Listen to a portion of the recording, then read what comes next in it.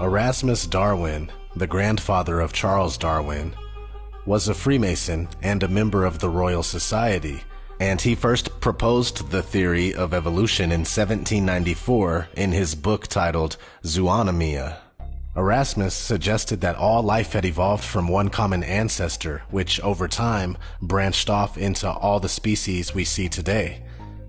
Charles Darwin, also a member of the Royal Society, picked up where his grandfather had left off and continued to mold the theory of evolution. But let's back up a little bit. What is the Royal Society? The Royal Society is a pseudo-scientific institution that was founded in 1660 by Freemasons in order to disseminate propaganda that would further benefit the ruling class, and the ruling class wanted God out of the picture. Before the advent of the British Royal Society, science, the study of natural phenomena, and theology, the study of God, were inseparable.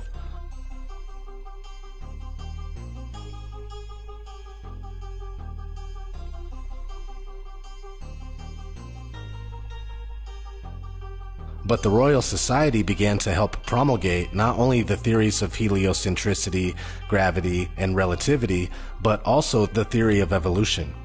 All theories which attempt to push God out of the minds of men, women, and children everywhere. If the theories of heliocentricity and evolution were true, that means the Bible would lose credibility in many areas.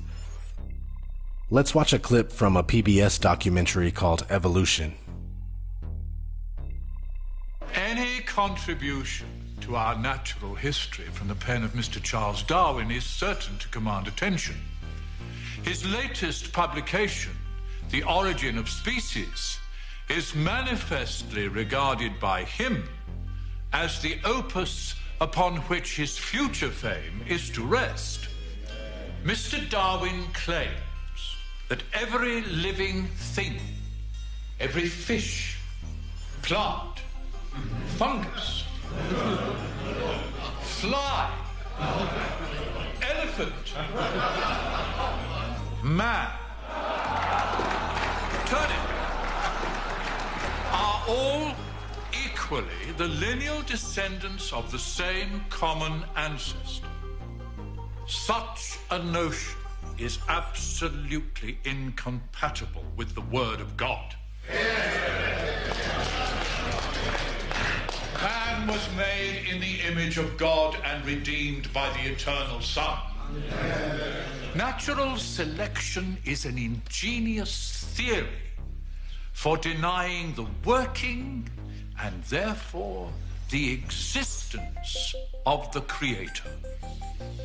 That's basically it. They put it out there. Now back to Charles Darwin. His book On the Origin of Species was published in 1859, and it later popularized the theory of evolution.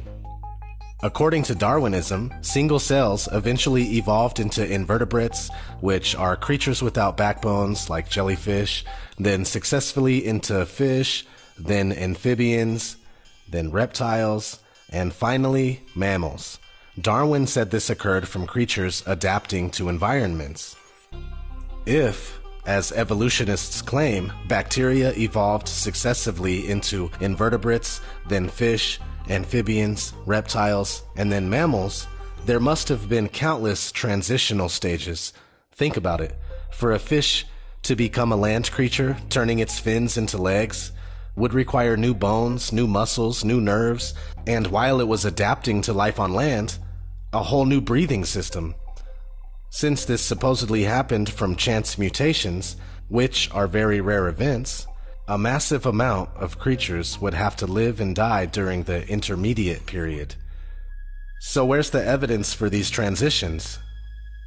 Among bacteria, invertebrates, fish, amphibians, reptiles, and mammals, there are many thousands of species, but no intermediate species between these groups. That's one reason why Carl Linnaeus, father of taxonomy, the science that classifies living things, was a creationist. Evolutionists try to explain the missing intermediates by saying they all became extinct. It's a convenient way to say we don't have any proof. A better reason for their non-existence is that they never existed. I'm here to tell my people it's time to stop believing bullshit just because a motherfucker tell you bullshit with a straight look on their face. We too old, we too smart, we too motherfucking good to believe shit don't make no fucking sense. You too old to be believing in evolution with your stupid motherfucking ass.